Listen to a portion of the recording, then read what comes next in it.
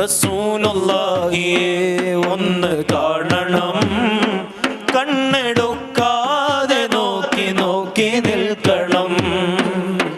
റസൂലുള്ളാഹിന്റെ അരികിലൊന്നിരിക്കണം, ഒന്ന് പുന്നാര കദമിൽ വീണ് മുത്തണം.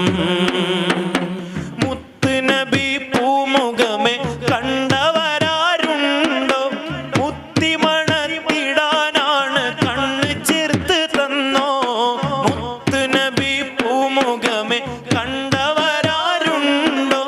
മുത്തിമണത്തിടാനാണ് കണ്ണ് ചേർത്ത് തന്നോ?